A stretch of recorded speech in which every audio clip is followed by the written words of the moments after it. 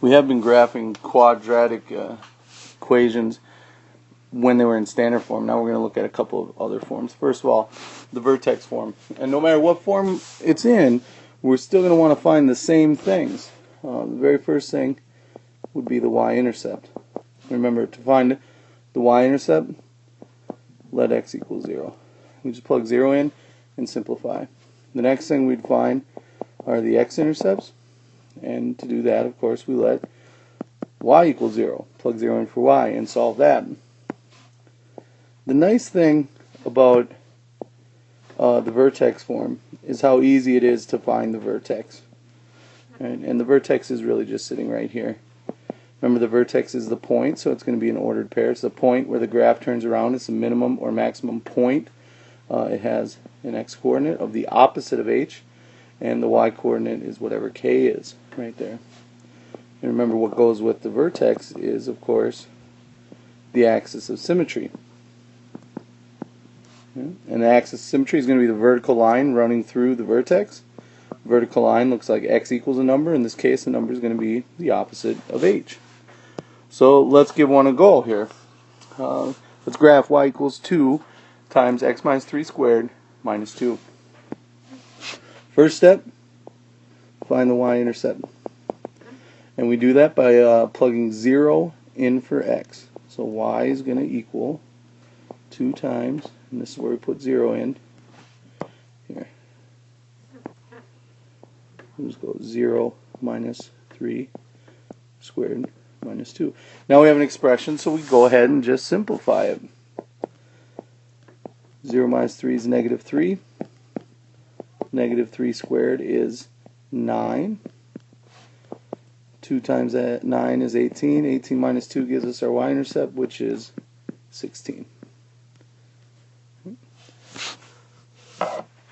Next thing, find the x-intercept. And these are going to be a little bit more difficult when it's in this form. But this time what we do is we substitute 0 in for y. X minus 3 squared minus 2. So we take that same equation, just plug 0 in for y, and now we're going to have to solve it. In order to solve it, we add 2 to both sides, so those guys will cancel. 2 equals 2 times x minus 3 squared. Get rid of this 2. 1 is equal to x minus 3 squared. And be careful, when we take the square root now of both sides, and we get those two to cancel, our result is going to be that x minus 3 is not just equal to 1, but positive or negative 1.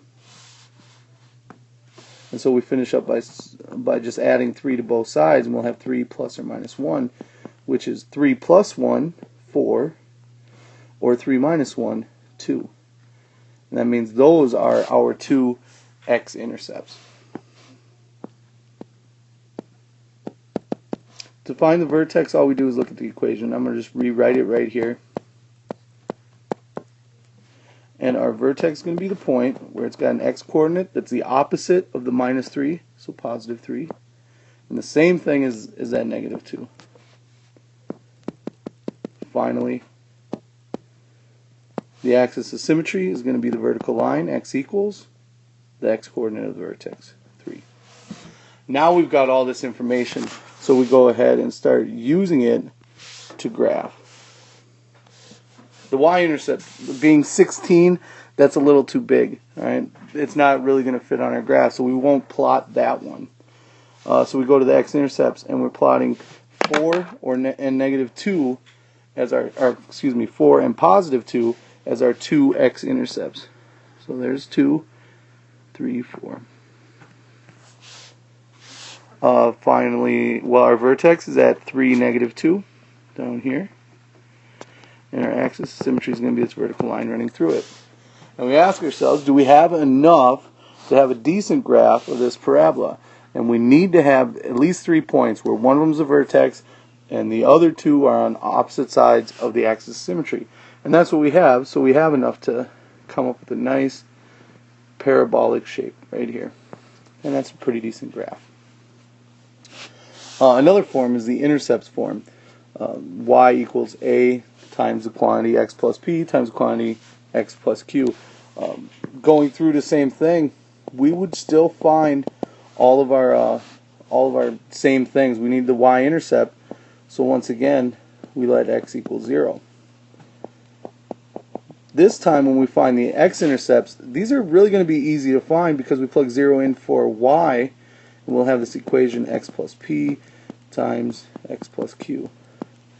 Now this a that's out in front, that's just some sort of constant, so we could divide both sides by a. 0 equals x plus p, x plus q. And we remember from solving these equations that when we solve this equation, x is going to be negative p, or x is going to be negative q. And this is why we like the intercept form, because those two intercepts are sitting right here. Those two numbers are going to be the opposite of what's there. When we move on to the vertex now, when it was in vertex form, we could just pull the numbers out. When it was in standard form, we used negative b over 2a. This time, we kind of use that property of symmetry to help us out. And see, the thing is, if we know where our two x-intercepts are, well, the vertex is going to have the same x-coordinate as the axis of symmetry, and the axis of symmetry is going to be halfway in between those two x-intercepts. So in order to find the x-coordinate of the vertex, what we do is we take those two x-intercepts that we found and find their average, right? And that'll give us the vertex. Then, of course, to find the y, we just plug it in. And we finish it up, of course, by finding the axis of symmetry, which is going to be x equals that number, this number right here, the negative p plus negative q over 2. So let's give it a go with graphing y equals negative 1 times x minus 3 times x plus 1. First, the y-intercept. To find the y-intercept, just let x equal 0. Both of these x's, let both of those x's equal 0. We'll have negative 1 times negative 3 times 1, which is 3. The x-intercepts are sitting right here, at the opposites of those.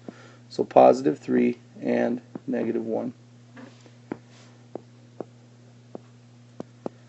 To find the vertex, the x-coordinate of the vertex is going to be the average of our two x-intercepts. So 3 plus negative 1 over 2, which is 2 over 2, which is 1. That's the x-coordinate. To find the y-coordinate, we're going to have to plug it in. So negative 1 times 1 minus 3 times 1 plus 1. Gives us negative 1 times negative 2 times 2, which is 4. Right, there's a vertex. Finish up with the axis of symmetry, the vertical line. So we write x equals, and it's the same x-coordinate as the vertex, x equals 1. Now we got everything we need to come up with the graph, and just kind of go through the list again. The y-intercept is at 3. The x-intercepts are at 3 and negative 1. The vertex is at 1, 4, and the axis of symmetry is here. So we could go the extra step and find this fifth point using symmetry. So we get all the pairs to match up, and then to graph our parabola, just put that U shape running right through all of our points. Those are two new forms for graphing parabolas.